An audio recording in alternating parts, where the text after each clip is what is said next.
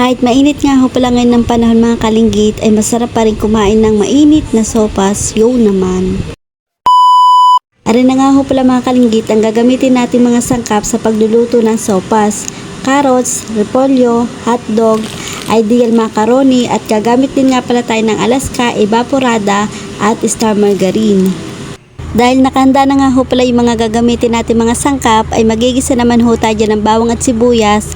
Haluin lang ho natin ng mabuti hanggang sa maging brown. Kapag nga ho pala okay na, ilalagay na ho natin na rin karning manok. Tapos haluin lang ho natin ng mabuti na magisa-gisa nga ho pala rin karning manok. Maglalagay din nga ho pala tayo dyan mga kalinggit ng mga pampalasa ng patis, umami at paminta. At haluin lang ho natin ng mabuti para ho magsama-sama yung lasa. Maglalagay din nga ho pala tayo dyan ng tubig at maglalagay din nga ho pala tayo dyan ng chicken cubes. Kapag nga ho pala nakulo na yung tubig, ilalagay na ho natin yung pasta.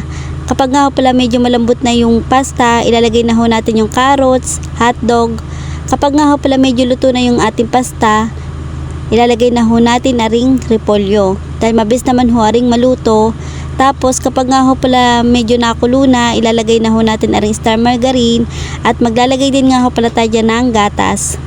Dahil ito nga ho pala mga kalinggit ang magpapasarap sa ating sopas. Tapos ihintay nga lang ho pala natin yan kumulo hanggang sa maluto yung repolyo. At makalipas nga ho pala ilang minuto, arin na nga ho at luto na yung ating sopas. Dahil luto na nga ho pala rin mga kalinggit, ay pwede na nga ho pala tayong kumain. Tara mga kalinggit, kain ho tayo din ng mainit na sopas. Ang kasabay ko nga ho palang kumain din ng sopas mga kalinggit, ari nga ho pala mga katrabaho ko at nagkayan nga ho pala kami magluto ng sopas din nga ho pala sa boarding house. Kahit nga ho pala mainit ang panahon mga kalinggit, kahit tagaktak yung pawis ay masarap naman hong kumain ng sopas. Siya, hanggang dito na lang ho yung aking vlog. Salamat ho sa inyong panunood. Bukas ho uli. Bye bye!